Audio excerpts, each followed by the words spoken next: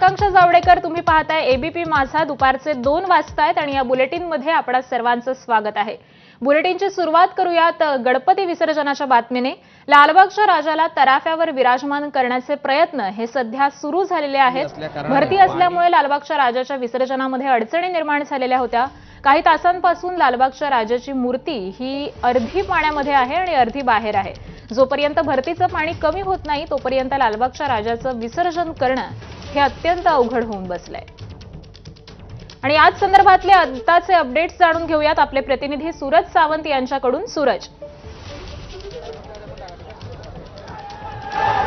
आकांक्षा, नक्कीच मागील 24 तासांपासून लालबागच्या राजाचं विसर्जन हे कुठेतरी आपल्याला पाहिलं तर रखडलेलं पाहायला मिळतंय। मात्र दुसरीकडे या ठिकाणी पाण्याचे हेलकावे, त्याचबरोबर तराफा आणि गणपतीची मूर्ती ही याचा कुठेतरी समतोल होताना पाहायला मिळत नाही। त्यामुळे विसर्जनात अनेक अडथळे निर्माण होत आहेत। आपण जर पाहिलं तर ज्या उद्देशाने ठिकाणी हा उत्सव साजरा केला, अनेक तरुण हे एकत्र यावेत या उद्देशानेच ठिकाणी खरं तर हा उत्सव साजरा केला होता। मात्र आता लालबागच्या राजाच्या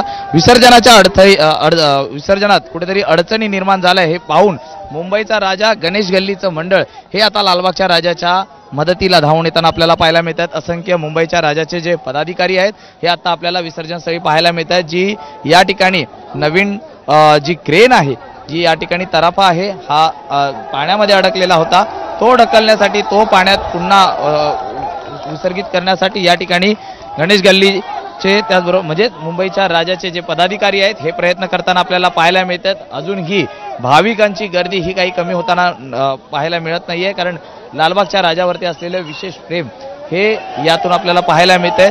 दुसरीकडे आपण जर पाहिलं तर दोन्हीही मोठी मंडळं आहेत आणि दोन्हीही मंडळ जर आपण पाहिलं तर लालबागच्या राजाच्या विसर्जनात अनेक अडचणी निर्माण झालेला पाहून गणेश गल्ली म्हणजेच मुंबईचा राजाचे पदाधिकारी हे मदतीसाठी धावून आलेले आहेत। मागील 24 तासांपासून जर आपण पाहिलं तर विसर्जनात अनेक अडथळे निर्माण झाले होते।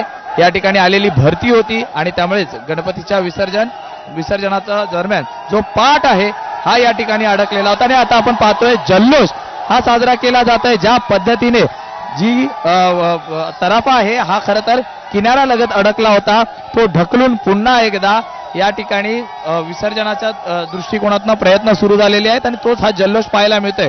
मुंबईच्या राजाचे सगळे पदाधिकारी आहेत, लालबाग राजाचे पदाधिकारी आहेत, हे या ठिकाणी एकत्रित येऊन त्यांनी हा तराफा पुन्हा एकदा पाण्यामध्ये ढकललेला आहे आणि आता थोड्याच वेळात पुन्हा एकदा लालबाग राजाच्या विसर्जनाच्या संदर्भातले जे शर्तीचे प्रयत्न आहेत हे आता पुन्हा एकदा सुरू झालेले आहेत। आपण पाहतोय या ठिकाणी पाणी ओसरताना पाहायला मिळतंय आणि त्या अनुषंगाने या ठिकाणी प्रयत्न हे पुन्हा सुरू झालेले आहेत। अगदी, त्यामुळे गणेश गल्ली मंडळाचे पदाधिकारी हे देखील आता लालबागच्या राजाच्या मंडळाच्या मदतीसाठी धावून आलेले आहेत। खरंच तुम्ही सूरज ज्या पद्धतीने म्हणालात की गणेशोत्सव हे एकतेचं रूप असतं आणि त्याच अनुषंगाने आता हे अनेक मंडळ मदतीसाठी धावून येत आहेत। तर तिकडे पुण्यामध्ये मानाच्या गणपतींची विसर्जन मिरवणूक ही काल सकाळी 9 वाजण्याच्या सुमारास सुरू झालेली होती। 5ही मानाच्या गणपतींचं आणि दगडूशेठ गणपतीचं विसर्जन हे वेळेत झालं।